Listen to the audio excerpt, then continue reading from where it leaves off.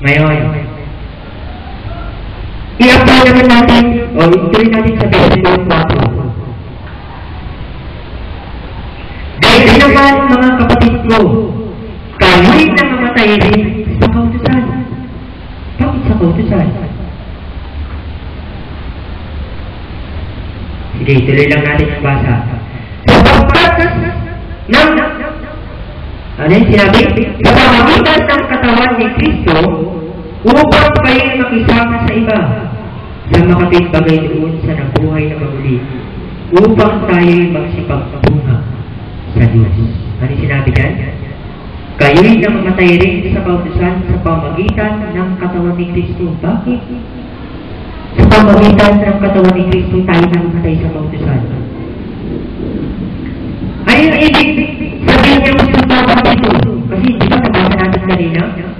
Sa Pedro 3, 16, may ilang mga bagay na mahirap unawain sa mga sulat ni Apostol Pablo. Di ba? Mahirap unawain talaga ito.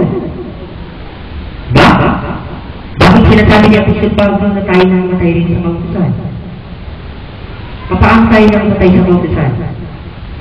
Kunin muna natin yung kapangyarihan ng kautusan at kunin natin yung kapangyarihan ng Diyos. Diba? Bakit tayo pumunta rito? Kung bakit sinasabi na tayo namatay sa kautusan? Sa 1 Corinto, Kapitulo 15, versikulo 56, meron yung sinasabi si Apostol Pablo dito tungkol sa kapangyarihan ng kasalanan. Basahin na natin. Umpisa natin sa versikulo 55. Saan naroon o kamatayan ang iyong pagtatagumpay? Saan naroon o kamatayan ang iyong tibok? Ang tibok ng kamatayan ay ang kasalanan, at ang kapangyarihan ng kasalanan ay ang kautusan. Papaano natin nasabi na ang kapangyarihan ng kasalanan ay ang kautusan? Ano yung sinasabi niya Apostol Pablo kanina sa Roma 4:15? Sa huling bahagi?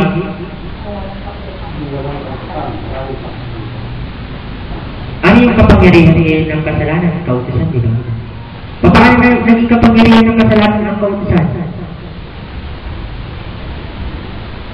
Saan pa nagkakasala ang tao? Sa kautusan. Pagka nagkakasala ang tao, ano siya? Nagkakaroon siya na kasalanan. Ang kapangyarihan ng Diyos, sino? Sa 1 Corinto 1:24. Ano sinabi dyan?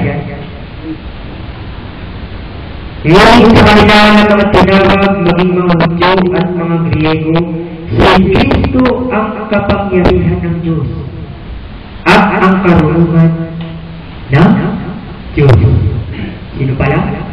Si Kristo. Hindi ang kautusan. Sapagkat ang kapangyarihan ng kasalanan ay ang kautusan. Bakit sinabi na namamatay rin kayo sa kautusan? Kasi na nakagawa ng kapangyarihan. Madiba ba? Pag wala ng kapangyarihan, magagawa pa ba ang kasalanan sa atin? Wala namang kapangyarihan. Kaya nga sinabi, kayo rin namamatay rin sa kautusan. Para ano? Ano sinabi doon?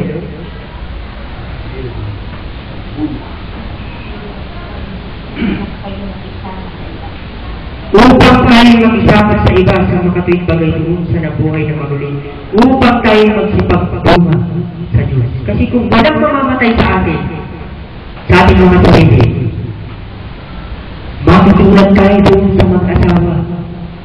Mga niya pa rin tayo. Madiba ba? Paano yan? Diba?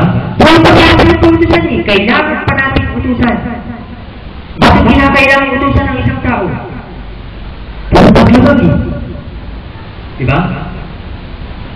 Uutusan mo ba yung isang tao na hindi pumapatay, uutusan mo pa siyang huwag papatay?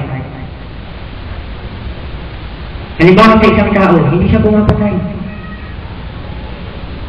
Uutusan mo ba siya huwag papatay? Eh, hindi siya pumapatay.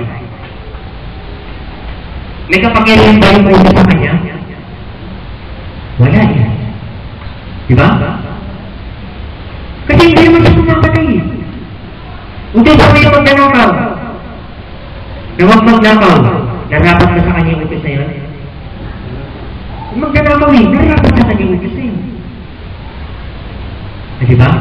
Kaya sa atin, kinakailangan ba natin magbuhay na may kautusan?